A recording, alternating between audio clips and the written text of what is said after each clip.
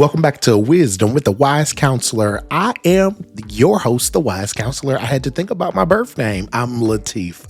Hopefully this podcast finds you well, and I hope that whenever you're listening to this, that you are easing into whatever you need to ease into, whether it's your morning, your noon, or your evening. Sit back, let's have a conversation, and let's get to the grit and the realness that's on my heart today. You know, this space is all about building emotional resiliency and thinking deeply about your wellness and your mental health and reclaiming your authority, learning how to live your life in purpose, on purpose, 24/7, 365. And listen, today's episode is one of those necessary conversations. Somebody shout necessary conversations. That kind that doesn't just shout at you, but it doesn't whisper either, right? It just sits with you. It challenges you and it asks you to be honest with yourself. We are talking about the federal government resuming aggressive collection on defaulted student loans.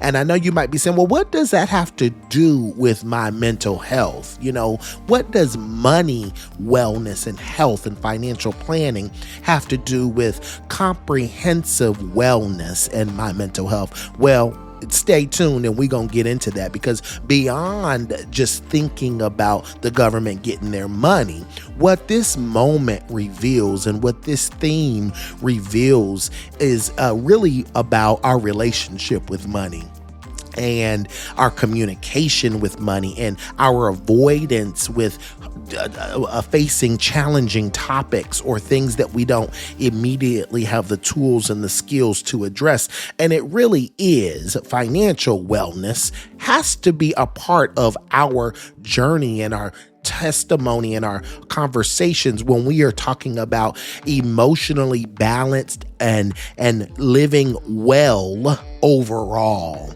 You know, financial wellness is not separate from mental health, and it has never been. And when the bills come due, you know, financially or emotionally, it's going to tell a story. And so I want to just start off by really making sure you understand and we understand the connection to the financial conversations when we're talking about our wellness. I'm first and foremost reminded of my training in counseling and psychology theory and my clinical training, you know, and one of the models that we used to study in the social sciences field, and it's respected and utilized in multiple arenas, is the 8 dimensions of wellness. And those 8 dimensions of wellness are, number 1, and this is generally how they're listed in no particular order, physical wellness. That's to have a comprehensive, balanced life. You've got to be thinking about your physical wellness. Of course, that means what are you doing for movement and nutrition and sleep? And how do you recognize illness? And are you healthy? Do you have a plan of action and a relationship with a wellness practitioner that can help you physically, right? That's one dimension. The second is emotional wellness. And that's, how do you manage your feelings? What kind of partnerships do you have with mental health professionals that help you build resiliency and maintain healthy boundaries and relationships and stay balanced on a mental health level, you know? So that could be a coach, a psychologist, a psychiatrist, a mental health counselor, a clinical mental health counselor, a counseling supervisor. You know, there are a multitude, a licensed independent social worker, even multitude of clinicians that can help you with emotional wellness. So that's another dimension of wellness. Then you've got intellectual wellness. That's how do you engage with creativity and activities and knowledge? And how do you feel when you're exploring new things? And how do you keep growing, right? So that's another dimension. Then you've got social wellness. Of course, that's all about how you learn how to work with others and build strong relationships and then learn how to have a healthy network of people that help you in your life. So that's social wellness. Then you've got spiritual wellness, which is the overall of where you at with religion. But spirituality is more than just religion. But in under the spirituality umbrella, you've got religion. You've got what it means to find purpose, what it means to have meaning in your life, how you want to show up. So again, sometimes people compete when you say spirituality and spiritual wellness. Everybody wants to go to, oh, I'm a Christian, I'm a Jew, I'm a Muslim, whatever.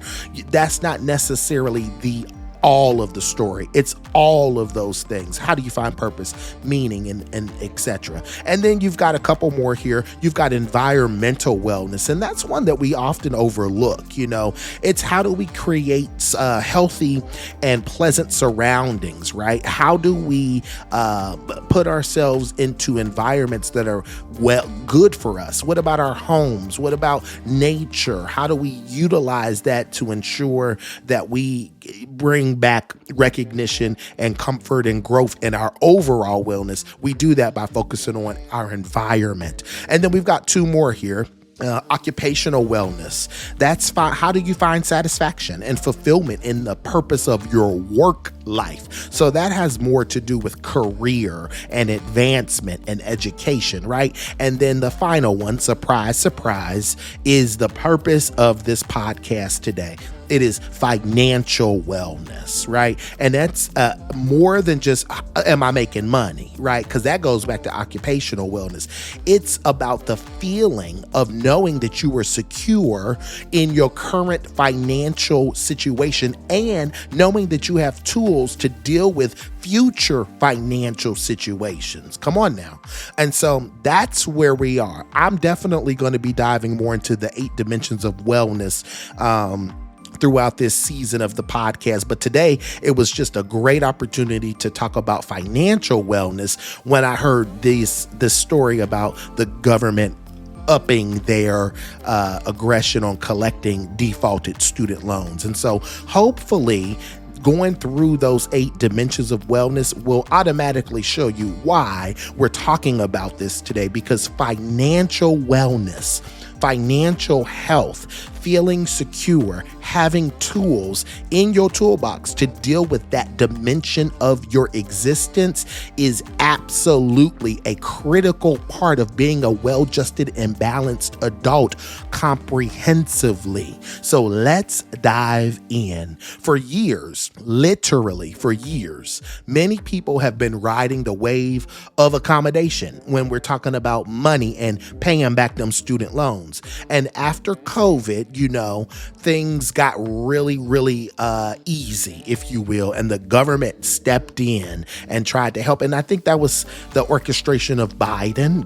I'm not here to talk politics, but that was something that he was able to usher in during the pandemic season. And so for the real world experience for people and real lived experience was, they paused repayment requirements. They deferred consequences for people being in default and just ignoring bill collectors and agencies who were trying to get their money, and temporary relief, became quite normal and very quickly. And that was while we were doing the pandemic. And let me say this clearly, that relief was absolutely necessary. People during the pandemic, a global pandemic, were just surviving. And there's no doubt about it. Jobs were absolutely lost.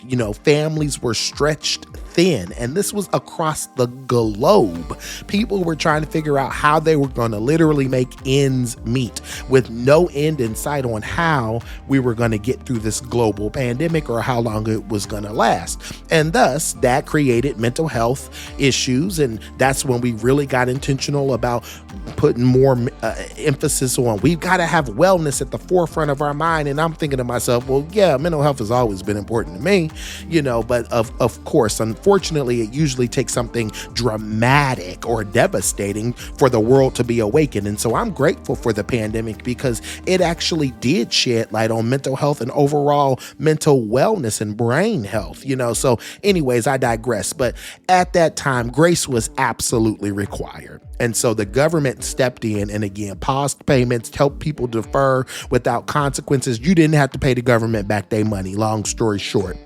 But grace was never meant to become avoidance. Did you hear me?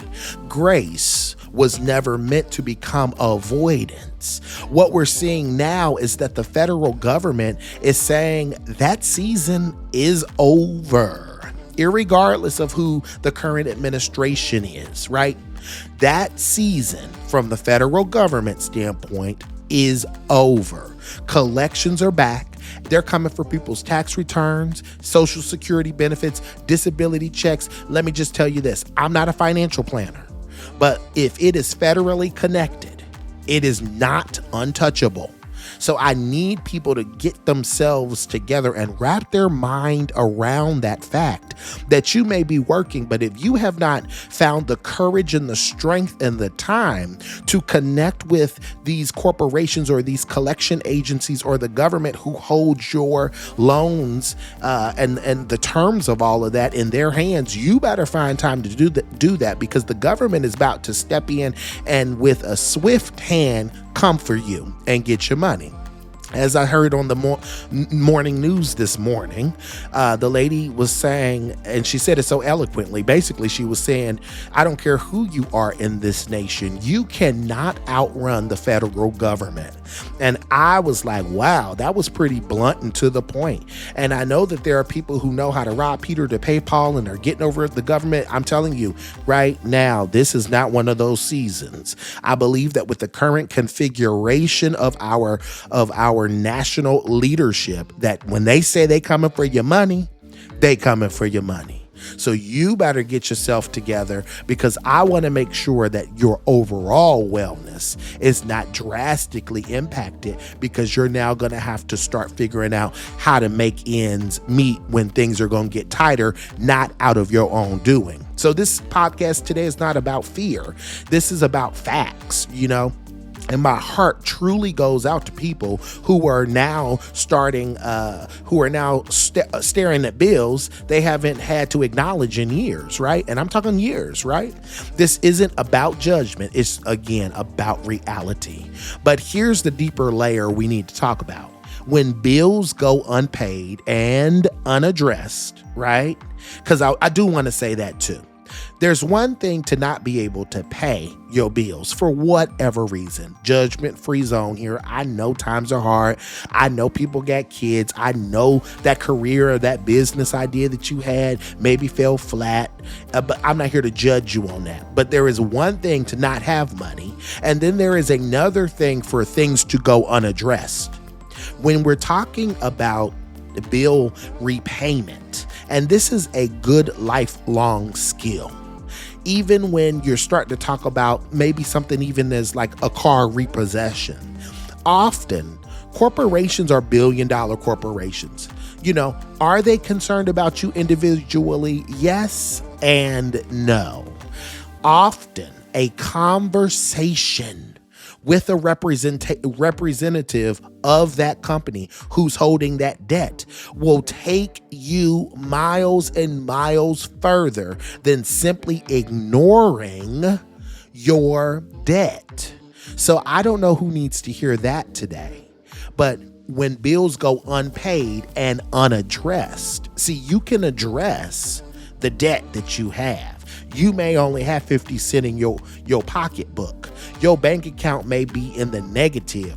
That doesn't mean that you don't have the ability to pick up the phone or write an email or get into contact with a customer service rep to talk about options. So silence is communication often to big business. If you're not yielding and talking back to them and giving them updates, then there's absolutely no way that they can accommodate you or even have a conversation about terms of repayment and options and flexibility that could exist. So I want to say that again because I think that is so important. When bills go unpaid, that's one issue, but also unaddressed, that's another issue. Don't get yourself in a position where you don't find the courage and the strength to advocate for you. You may be down and out, but that does not mean you can't use your voice to try to make waves and make a way where there might not seem to be away. See, comprehensive wellness shows us and tells us that we've got to take care of ourselves, that we've got to be intentional about using our skills and our talents to get what we need, even if the outcome or even if the reason that we have to pull those tools out of the toolbox could be embarrassing or it could be shameful. Use your voice when you are trying to continue to build a life that you can have comfort, joy, and appreciation for. Do not let life just have you sitting back passive. Do not let life have you sitting back acting passive about the business of you. Open up your mouth. Have the faith and courage to have a conversation with people that can potentially help you. What is the worst that could happen? When communication never happens, when there is no plan attempted, that often mirrors how we handle discomfort in the other areas of our lives. Because avoidance becomes a coping strategy often for many. And I'm guilty of it. If I can be really transparent with you, my first 6 years out of my master's program, I was just straight up, no, maybe only 4. I was straight up avoiding bill collectors. I was like, they calling me for what? I ain't got the money. I'm working on a tight, frozen salary because when I graduated, every school across the nation, at that time I was a school counselor, they were freezing salaries. So I was on a 3-year frozen salary as a first-year master's level clinician. And that was hard. So I never answered no calls when they were calling me and talking about we need money. I stopped it. I stopped and I avoided that. But very quickly, I got connected with a financial advisor and I figured out that actually when you do that, you truly are only hurting yourself. You're hurting your credit. You're hurting your opportunity to get a car, to get the best finances, to get the best rates. And your credit is gold. Your credit is what gets you to be able to do what you need to do in this existence and do it reasonably, because anybody can go get a car and make a payment, but that don't mean that your interest rate on that loan ain't 19.99%. You know what I'm saying? Anybody can borrow money. That's the name of the game. They want you to borrow their money, but it's the terms of repayment that your credit establishes that make it reasonable or unreasonable to pay back. So again, I say all of that to say, early in my career, I was avoiding paying back my student loan. Avoidance became my lifestyle, and then avoidance worked until it did not for me. See, we treat financial stress like it's separate from wellness, like it's just money stuff. But your nervous system doesn't categorize stress in that way. Unread notices live in your body. Do I have a hallelujah? Amen. Somebody needs to hear that. Those notices, that avoidance, it is piling up on you. And even when communication from those agencies stop coming into you, if you know you ain't taking care of your business, baby, your business has not found resolve, right? It's just like grief. It's never going away. You just learning how to live with it. But unpaid debts will always live in your mind. It's just a kind of a crazy kind of thing. You could try to turn it off, but when you know you owe, it is a pressure that you live under. Avoided conversations also shape your behavior. And that's, again, coming back to a comprehensive wellness. When you've got something tugging at your heart, at your mind, you've got this almost this numbness that won't go away, that you're carrying everywhere, baby.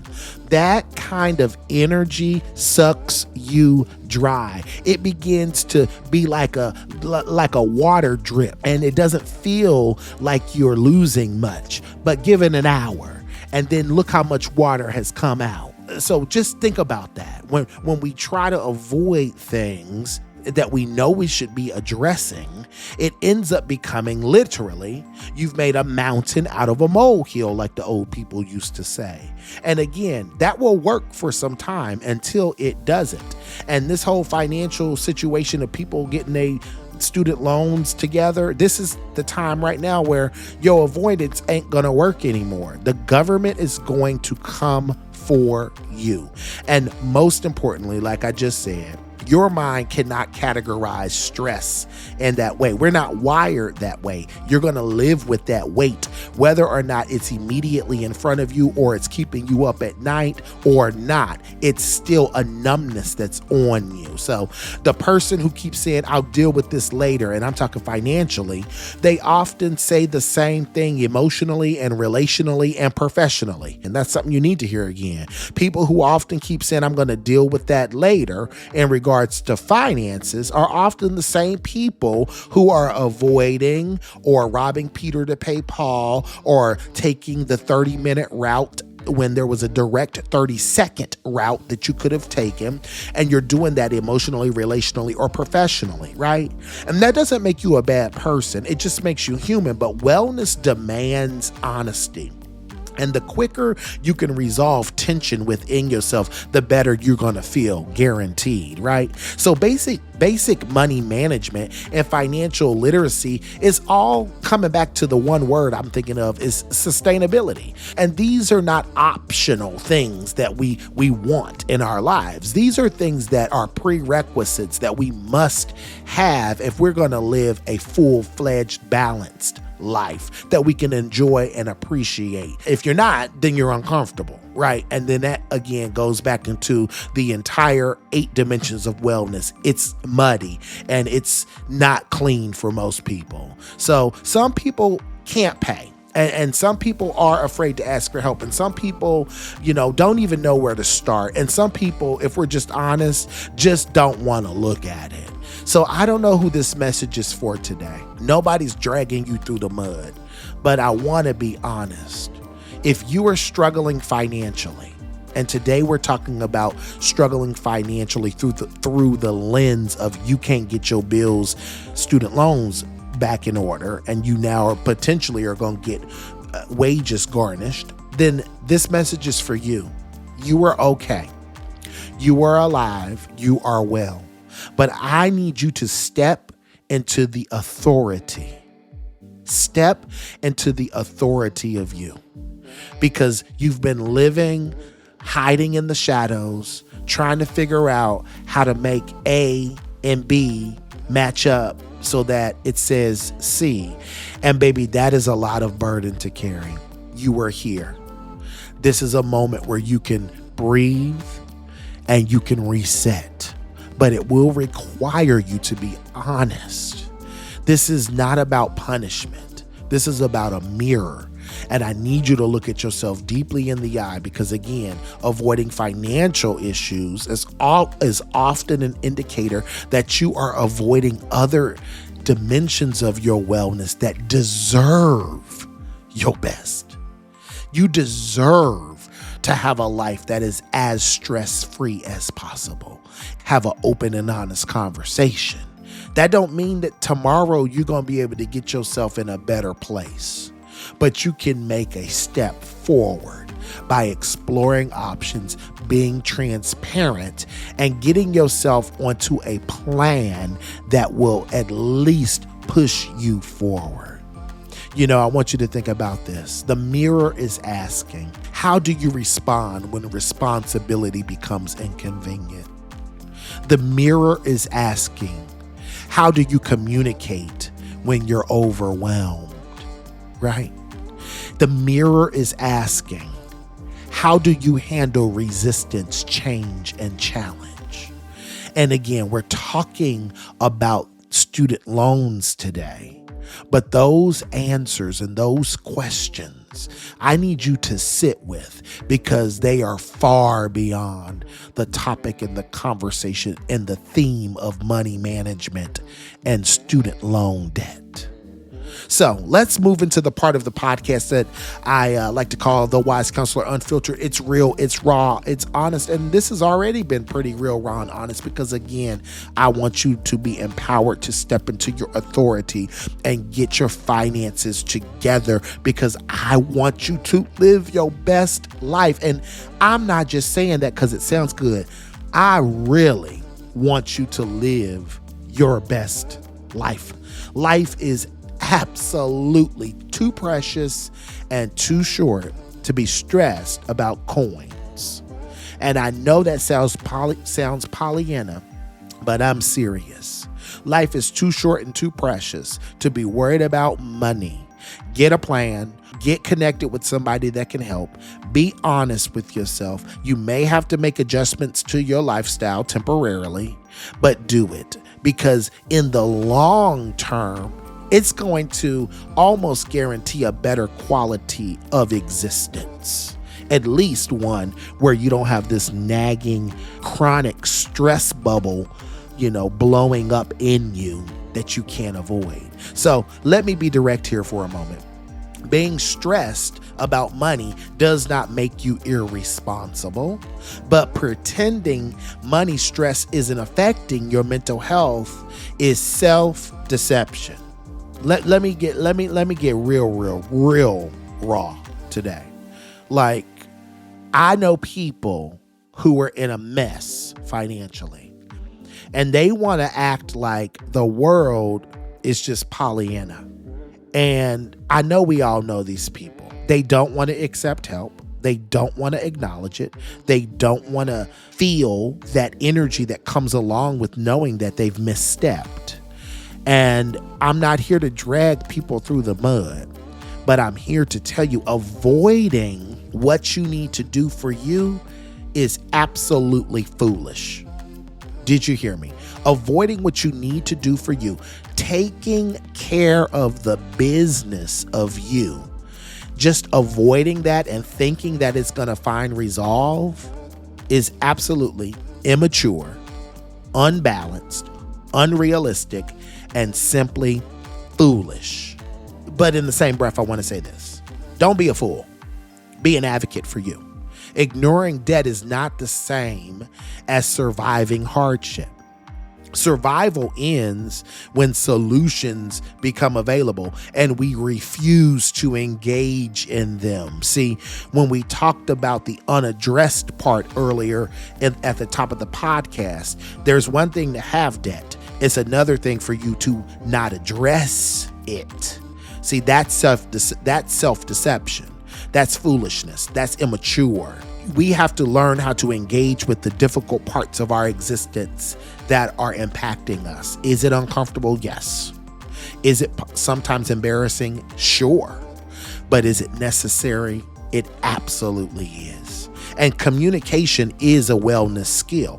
If you haven't contacted your loan servicer, that's not a character flaw. It's just a skill gap.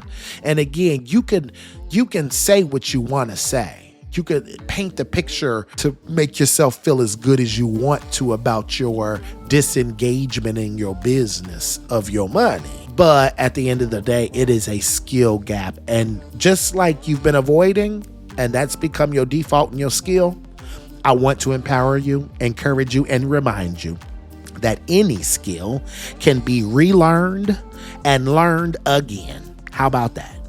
And that is the power of getting honest with yourself. See, avoidance doesn't mean that you're lazy. It often means that you simply are overwhelmed. I need somebody to say that. Ask themselves, am I overwhelmed? And what am I overwhelmed about? Am I afraid? And what am I afraid about? Or am I exhausted? And what is making me exhausted? And those are the kind of deep level I need to go sit in my closet and really get into my thoughts that you got to start doing that, right? You got to find moments to be honest with yourself. That is where healing comes from. That is where the courage comes from to tackle what is in front of you and to navigate your life. Baby, that is adulthood. And adulthood requires action even when fear or over feelings of being overwhelmed or feelings of afraid or feelings of exhaustion. Action is required even when those emotions are present.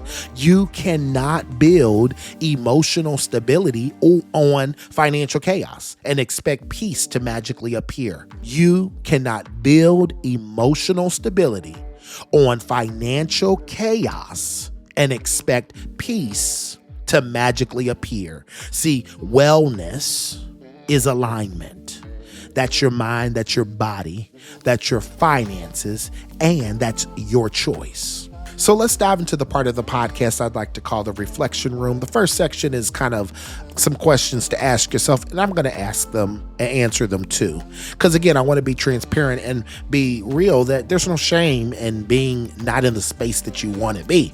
But there is shame in not finding the courage to do what you know is right and to tap into the skills that you do have to put yourself in a better place. Okay, so first question to ask yourself, where in my life do I avoid uncomfortable conversations instead of seeking clarity? And see, for me, that answer is clear. Avoidance often for me shows up when I feel like I should have already done something or I should already have the answer. And that's when pride tells me that I shouldn't need help. And I've recognized that in my own life, where I've let my pride speak louder than getting action and results, right? And then silence feels safer often for me than being vulnerable.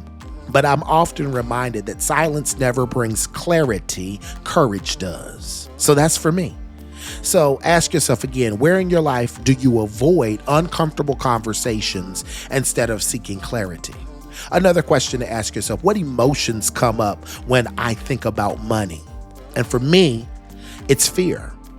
Because money to me represents security.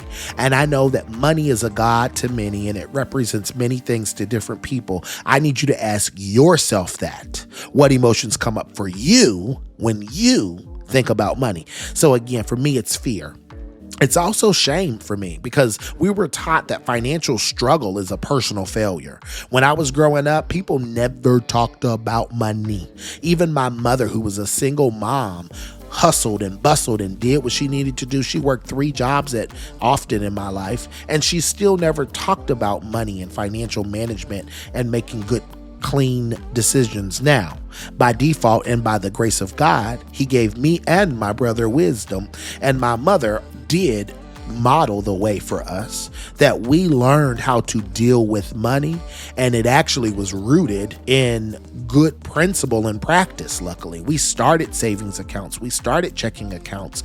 So when I was 18, I had been working for 4 years and I knew the value of $1. Baby, if you didn't remember, I started working at Kroger's as a little bag boy, 14 years and 2 days old.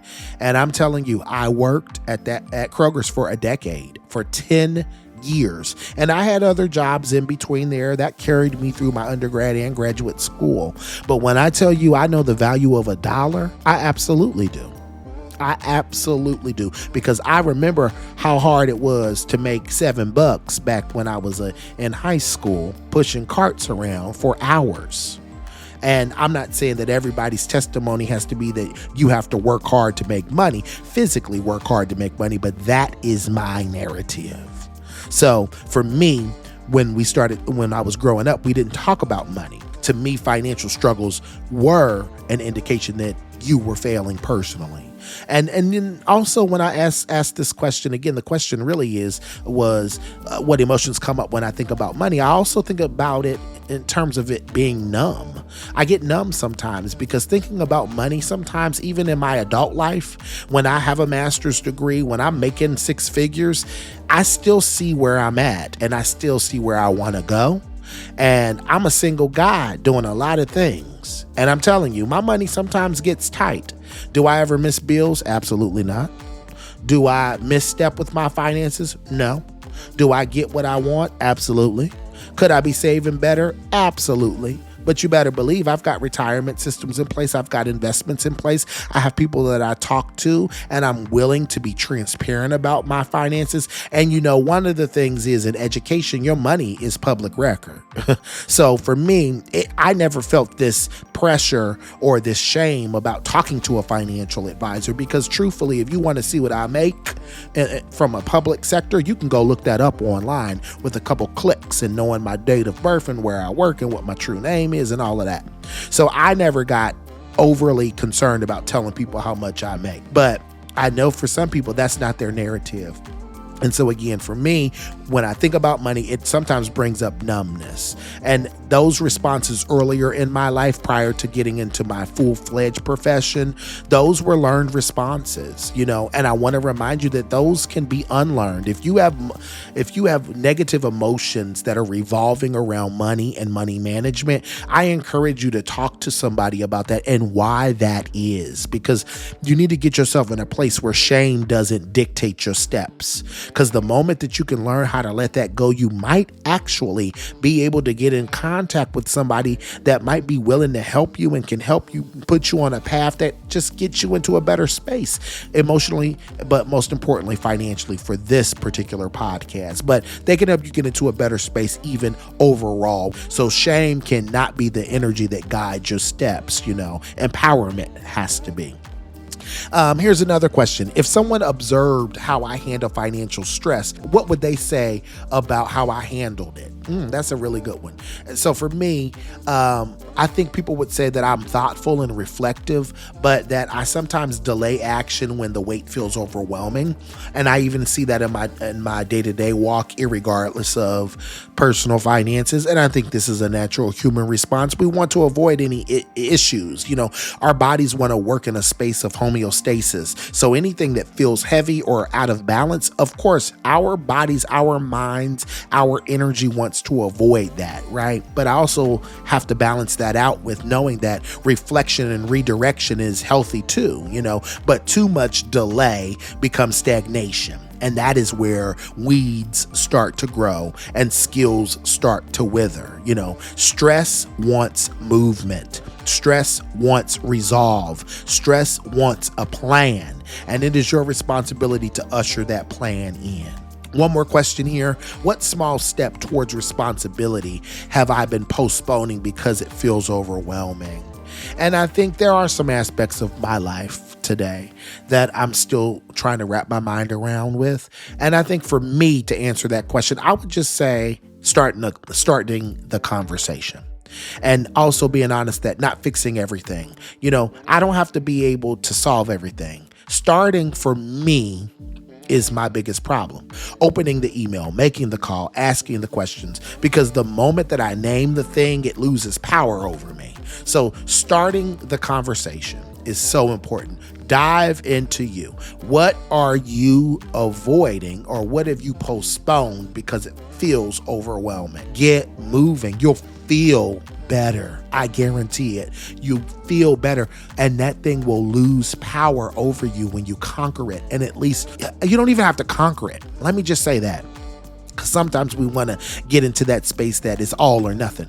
Baby, sometimes you can just put your tiptoe in the ring, and that will begin to lessen the anxiety that comes along with dealing through the crisis or dealing with turmoil or difficult situations, right? Or challenges. Put your tiptoe in the ring. Let's start there. Have that conversation. Do that one little thing. And I guarantee you'll start to feel better. Responsibility does not begin with perfection. It begins with accountability and a start. And for me, and hopefully for many others, you'll hear this. It begins with presence. Let's tackle what we can. All right, I'm rambling on this podcast, but I'm passionate about this one.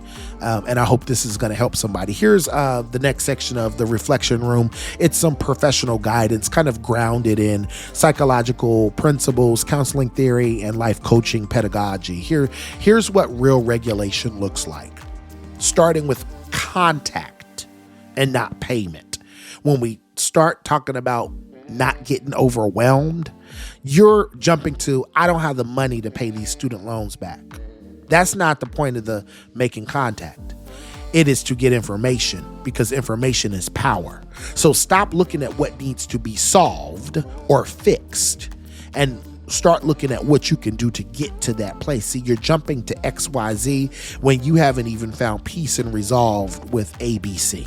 So I need you to also ask about options without assuming an answer.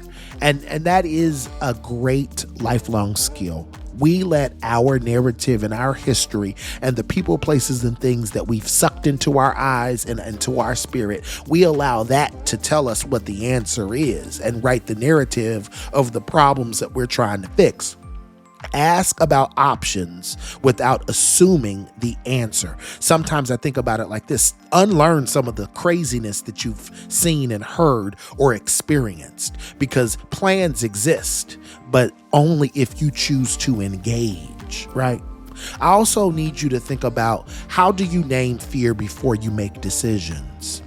Fear clouds your logic. So I need you to pause, because if you're feeling uneasy, you got to name it, because that is the prerequisite skill or aha moment that you have to get the ammunition to really move forward. Name your fear. Write it down. I'm embarrassed about XYZ because I think this will happen. And then, you know what? Let it go. Move forward.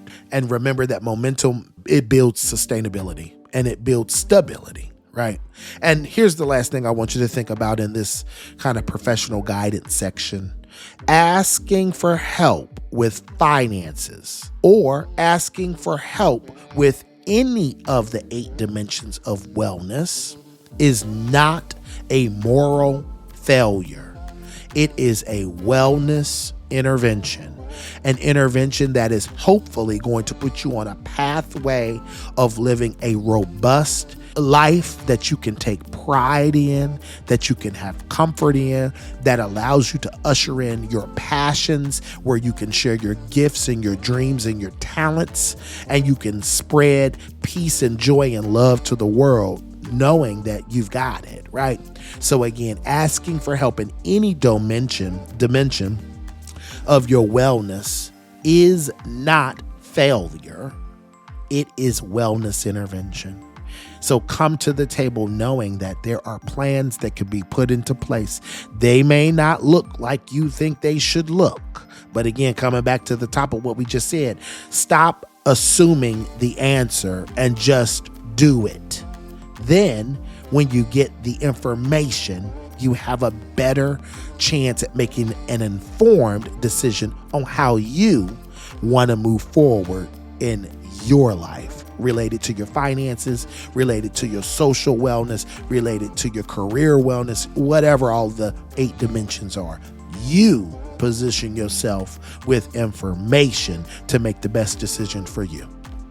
So let's close up this podcast, family. I want to thank you for joining me today. I think this is running a little long, but, if it's for you, it's for you. And if it's not, then oh well, so I just want to remind you that today's topic was not meant to scare you. It's really meant to ground you. And while we did focus quite a bit on talking about financial wellness and financial stress and pressure and student loans, the topics today and the undertone of the topic really is applicable to many avenues of your own life. Really, this episode is about empowerment, learning how to educate yourself, learning how to be open and honest with yourself, reminding you that there are professionals in every arena that are there to assist you, that we cannot let pride become our foundational emotion that guides our step, So those are lifelong things. Again, those are things that can help you in any endeavor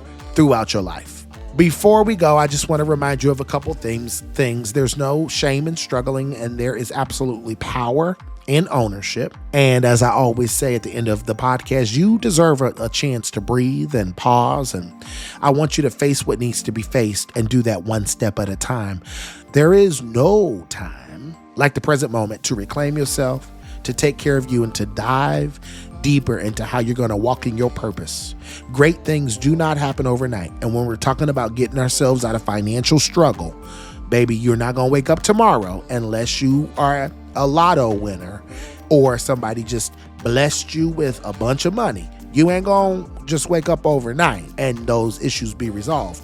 But I also am encouraged, and I love this simple fact. The fact that you sometimes are struggling is an indication that you're alive. And so that sometimes, if you really are one of the ones that that struggling is an indication that you're alive. And so irregardless of how I'm feeling about struggle, the blessing is I'm alive. And because I've got breath in my lungs and I'm alive, somebody shout alive, I'm alive. You get the opportunity to navigate struggle. You get the opportunity to find resolve. You get the opportunity to continue to pursue peace. You get the opportunity to know that what you're currently in, the situation that you're in currently, doesn't have to stay that way every day. You've got the tools, you've got the perspective, you've got the resources, use them. And everybody's got tools and resources at this point. Go to the library and find Google, or even ask ChatGPT how to help you with certain issues. Everybody's got tools now. The key is, are you empowered? And are you humble enough to tap into those? So as always, I want you to know that I love you. I believe in you. I have no doubt that whatever you're facing, you have the tools to overcome it and to make your life what you want it to be. I want you to hear this. When it's all said and done, remember, you're the only one who is in control of your thoughts, your actions, and your reactions to what life throws your way. Get yourself together. Hopefully you hear something today that empowers you to take the bull by the horns and ride into your destiny. Ride into your life with your head high, irregardless of how much money you got in your pocket, and know that you got the tools and the skills and that you have the boldness inside of you to make things right. So be well, and make sure that you share this podcast episode with somebody who needs to feel empowerment today. And at a minimum, share it with somebody who needs to get their finances right. Again, share this with somebody who you think might need empowerment, but at a minimal, with somebody who needs to hear some raw, honest truths about getting their money right if they are behind on federal student loans. All right, I'm the Wise Counselor. Thank you for joining me today. I hope you enjoy whatever you get to experience today, and keep your head up, keep moving, and thanks for joining me. I can't wait to connect with you soon. More to come on the 8 dimensions of wellness. Today was finances, and I think I'm going to jump into some more of those moving forward and relate those to real world conversations and things that are going on in the US of A. How about that? I hope you enjoyed the podcast. Be well, and we will talk soon. Bye-bye.